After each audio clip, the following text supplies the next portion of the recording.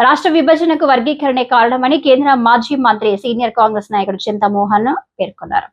ఆంధ్రప్రదేశ్లో మాలలు, తెలంగాణలో మాదిగలు ఎక్కువగా ఉన్నారని, ఏపీలో వర్గీకరణ బిల్లు వెనక్కి తీసుకోవాలని డిమాండ్ చేశారు.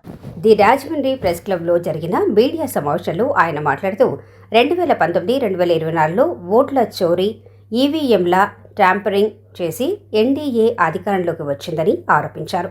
బీహార్లో చేపట్టిన యాత్రలో రాహుల్ గాంధీ చెప్పిన మాటలు వాస్తవాలన్నారు. రష్యా నుంచి దిగుమతి చేసుకుంటున్న క్రూడ్ ఆయిల్లో భారీ అవినీతి ఉందన్నారు. తక్కువ ధరకు రష్యా నుంచి దిగుమతి అవుతున్న క్రూడ్ ఆయిల్ను మోదీ తన సన్నిహితులకు కేటాయిస్తున్నారన్నారు.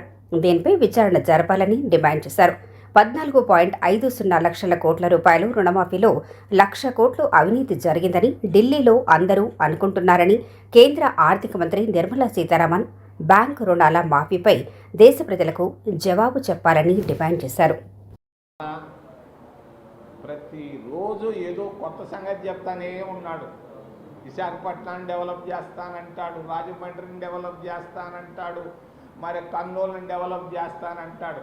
ఆయన 15 సంవత్సరాలు ముఖ్యమంత్రిగా ఆంధ్రప్రదేశ్ రాష్ట్రంలో ఆయన సాధించినటువంటి ప్రగతి, అభివృద్ధి ఏంటి అని నేను అడుగుతున్నా. 15 సంవత్సరాలు ముఖ్యమంత్రిగా ఉన్నారు కదా, 15 సంవత్సరాల్లో చేయలేనిది నువ్వు రాబోయే 2-3 సంవత్సరాల్లో చేయబోయేది ఏంటి? ఊరికే మాటలు చెప్పడం తప్ప ఏమీ లేదు. ఆయన అంటున్నాడు, ఈ మధ్య కొత్త స్లోగన్స్ తెస్తున్నాడు. ఒక కొత్త స్లోగన్ తెచ్చాడు, వాట్సప్ పరిపాలన అని. వాట్సప్ ద్వారానే పరిపాలన చేస్తాను అన్నాడు. అంటే మనం ఒక కాగితాన్ని వాట్సాప్లో పెడితే దానిపైన ఆర్డర్లు ఇస్తానని. ఇది వాట్సప్ పరిపాలన కాదు, వాటాల పరిపాలనగా తయారైపోయింది. వాట్సప్ పరిపాలన పోయి వాటాల పరిపాలనగా తయారైంది చంద్రబాబు నాయుడు గారి కూటమి ప్రభుత్వం. ఈరోజు 17 ప్రభుత్వ మెడికల్ కాలేజీలు వచ్చాయి. ఆయన తీసుకొని వచ్చాడు క్రితంలో ముఖ్యమంత్రి. దాన్ని అమ్మడం ఎందుకయ్యా?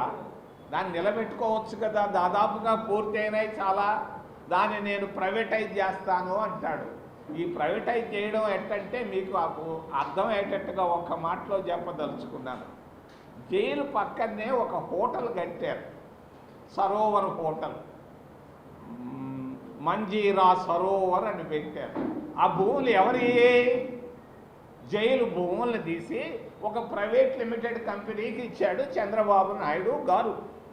మరి ఆ విధంగా 17 మెడికల్ కాలేజీలను ఆయన ప్రైవేటైజ్ చేయాలని అనుకుంటున్నాడు. ఇది తప్పు. చంద్రబాబు నాయుడు గారు ప్రభుత్వ మెడికల్ కాలేజీలని అమ్మొద్దు, ముడుపులు సాధించుకోవద్దు, ఇది తప్పు. ఉన్నదాన్ని క్రితంలో తెచ్చినటువంటి ప్రభుత్వాన్ని ఢిల్లీ నుంచి బ్యాంకుల్లో అప్పు తెచ్చి నీకు డబ్బు లేకపోతే ఈ 17 మెడికల్ కాలేజీని ఎట్టి పరిస్థితుల్లో అమ్మకూడదు, ప్రభుత్వ పరంగానే ఉండాలని డిమాండ్ చేస్తూ